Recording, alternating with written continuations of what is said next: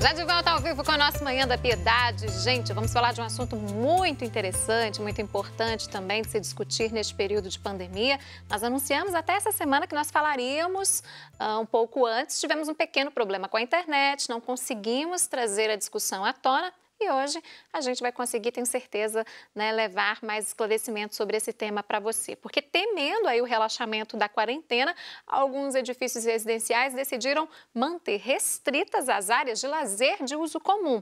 Em outros, no entanto, os moradores estão fazendo pressão para a reabertura destes espaços. E aí, o que fazer?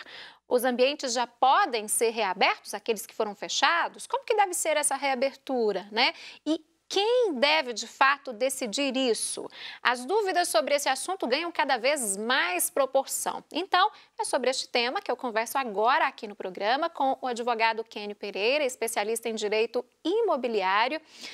O Kênio também é presidente da Comissão de Direito Imobiliário da OAB, Ordem dos Advogados do Brasil, aqui em Minas Gerais. Kênio Pereira, bom dia, seja bem-vindo ao nosso programa. Bom dia, Cília, bom dia. Que bom. Telespectadores da TV Horizonte.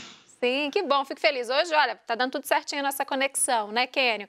E para começar, perfeito, graças a Deus. Tá assim, eu vejo que esse assunto vem gerando muita polêmica, né? O uso desses espaços de uso comum em condomínios. E aí, esses espaços podem funcionar, não podem? O que é que a legislação prevê, Kênio? Tecnicamente, temos que compreender que a área comum, né, o que é fora do apartamento, pertence a todo mundo, pertence aos coproprietários. Cada dono de apartamento tem uma cota daquela área comum.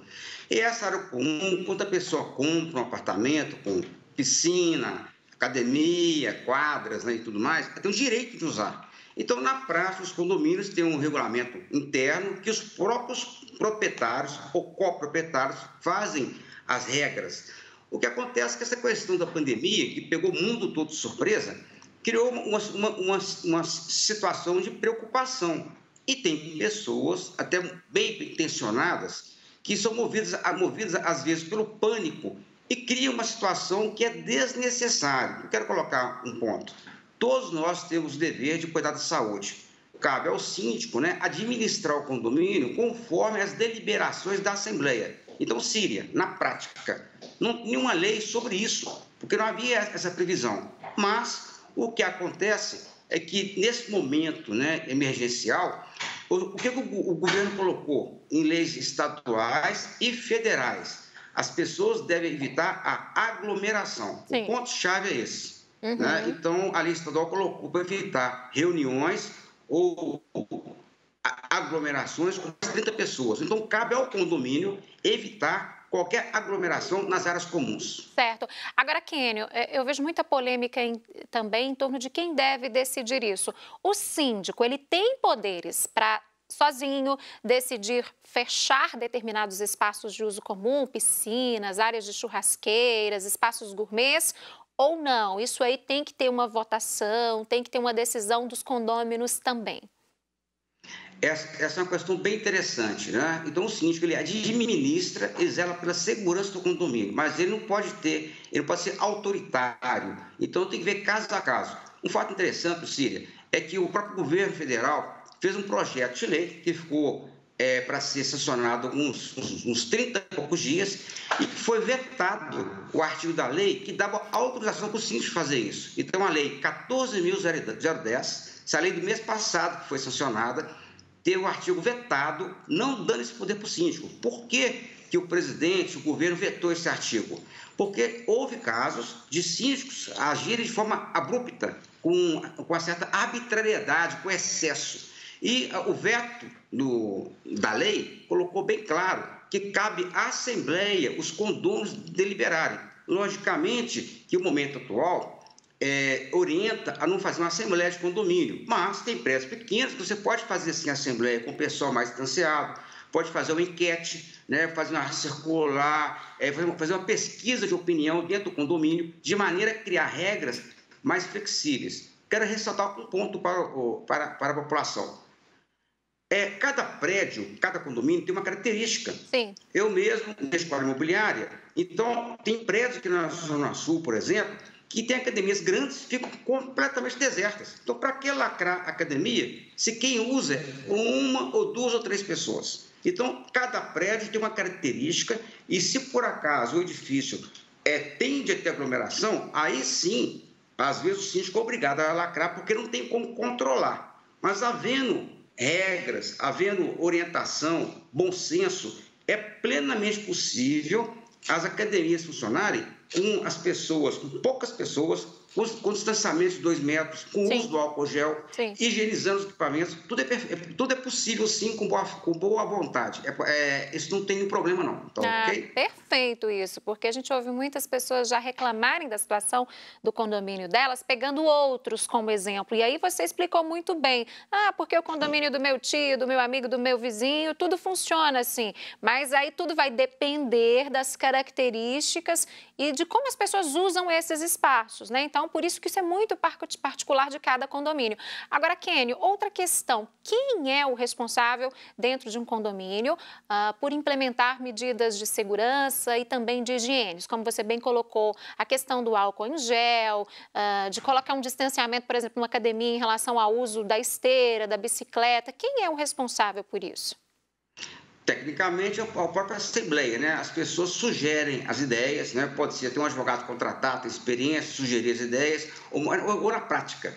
Nada melhor, Cília, do que a convivência, o dia a dia do condomínio. Então, cada prédio tem a sua característica. Tem prédios que tem quadras de peteca, tem quadras de tênis, tem prédios que tem só academia. Então, um fato interessante. Não tem sentido, por exemplo, manter os salões de festas, né? Para aglomeração, é inviável. Mas, por outro lado, olha só, gente, o síndico trava tudo. Ninguém pode entrar na lazer. Bom, então, daqui a pouco ele vai querer também travar o elevador. O elevador, todo mundo tem que usar. Vai criar uma regra, o quê? Entra sozinho no elevador, só a mesma família, evitar aglomeração no elevador, passar álcool nas botoeiras, nas portas, quer dizer, ter cuidados. Na área de lazer também, conforme o prédio, tem edifícios que são poucos apartamentos, então não vai ter nunca aglomeração. Criar uma sistemática de horário, definir uma escala, tais dias, tais apartamentos, tais dias, outros apartamentos. Criar uma forma de conciliar os interesses, um distanciamento e também um espaço de tempo para limpar os equipamentos de maneira a evitar o contágio. Perfeito. Então, tudo é viável de maneira muito, vamos colocar assim, técnica e com bom senso. Perfeito. Agora, outro assunto também que vem rendendo bastante é o uso de máscaras. A gente sabe de todas as recomendações da OMS, a gente deve sair de casa sempre usando a máscara. Mas e aí, quando a gente vem discutir essas áreas de uso comum dentro do condomínio? Como que fica essa situação? Kênio, cabe ao síndico exigir, fazer um pedido para que os condôminos usem a máscara? Como que fica isso? Uma ótima pergunta e muita gente tendo polêmica em relação a isso. Um ponto que a lei, né, ela regulamenta a questão das áreas externas, na rua, no dia a dia. Aí, no caso do condomínio, o condomínio, tem um elevador, é possível, sim, o síndico exigir a colocação de máscara, porque há uma questão do direito penal. Porque cabe às pessoas, né, respeitarem o direito à saúde dos vizinhos e quando a pessoa deixa de usar máscara no condomínio, ela está facilitando a propagação da doença. Isso é crime. Então, há uma questão penal que pode ser imposta àquele morador condômino que não quer cumprir com a sua obrigação de respeitar a saúde do vizinho. Tá. Kênio, tem uma pergunta aqui do Carlos Rangel, de Janaúba. Ele está dizendo o seguinte, que no prédio que ele mora, os espaços estão todos liberados, os espaços de uso comum, e sem nenhuma medida de segurança adotada, inclusive com aglomeração de moradores. Ele disse que já tentou dialogar com o síndico, mas que ele não toma nenhuma providência. E ele está perguntando o que ele pode fazer, se ele pode fazer algum tipo de denúncia nesse caso. É uma questão bem delicada, né? Que o síndico, ninguém é obrigado a ser síndico. Se a pessoa assume a função, ele tem que zelar por ela e exercê-la de forma responsável. Então, ele pode notificar o síndico, inclusive, pode estar sendo omisso, pode responder por isso. Agora, logicamente, olha bem, se é necessário evitar aglomeração, então o síndico tem que colaborar. se ele não quer fazer isso, ele pode declinar o cargo para outra pessoa. De repente, ele não quer ser uma pessoa passível de ser criticada, né? Mas o fato é que a omissão do condomínio pode trazer problemas para aquele condomínio se alguém ficar doente. Então, quero colocar bem claro que é dever do síndico criar uma situação de preservar a segurança da coletividade. É dever dele, sim, evitar aglomeração, e se não o fizer, ele pode ser notificado por qualquer morador, podendo responder por isso. Tá certo. Para a gente fechar nossa conversa, Kênio, outra questão que eu tenho percebido que gera muita polêmica, tem gerado muita polêmica nesse período, são as obras em apartamentos, né, nos condomínios diversos neste período. Primeiro porque muitas pessoas estão trabalhando em casa, então elas se sentem incomodadas pelo barulho. Segundo que tem a questão de profissionais, pessoas entrando e saindo o tempo inteiro ali, né? Como que fica essa situação? É bem interessante, né? Todas as leis do Brasil em relação à pandemia, elas preservam o direito ao trabalho em relação a obras, né? Então, o setor de construção civil permanece funcionando normalmente. Logicamente que o condomínio tem um direito de regulamentar o uso, né, das áreas comuns, elevadores, pelos operários. Então, exigir que o operário, a pessoa que vá trabalhar dentro do apartamento, não fique só que ele venha a usar álcool gel, usar máscaras, que ter cuidados para evitar que aquela obra venha a gerar transtorno em relação à pandemia. Agora vem, toda obra tem barulho, né? É raro uma obra de reforma que não tenha barulho. Já vi condomínios tentando impedir o apartamento, né, de ser reformado. Quero colocar que isso é muito arriscado, porque a pessoa compra o apartamento, tem que fazer uma obra necessária para reformar um encanamento, alguma coisa. E caso o síndico, o condomínio impeça a obra, né, o proprietário amanhã pode entrar até com peso de danos, que vai ter que pagar condomínio, IPTU, e deixar de morar por impedimento do síndico. Um ponto que requer reflexão. Ninguém sabe quanto tempo vai demorar essa pandemia. Porque às vezes, se demorar um ano, a pessoa fica um ano sem poder morar, sem poder reformar, não é sensato. Agora, o dono do apartamento, o dono da obra, tem que criar uma situação de incomodar o menos possível e, sim, zelar pelos seus funcionários, os operários, para cumprirem rigorosamente as determinações do síndico, do condomínio, para evitar a propagação do vírus. Então, máscara, limpeza, higiene e de maneira tal que não venha a incomodar em excesso os vizinhos. Mas o barulho, sim, incomoda. Perfeito. Usar o bom senso sempre, pensar no outro também são boas medidas, com certeza.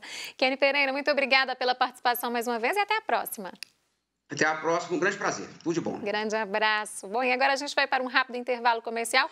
Eu volto já, porque no próximo bloco tem reflexão do nosso arcebispo metropolitano Dom Valmor e tem também a consagração à Nossa Senhora da Piedade. Eu volto já.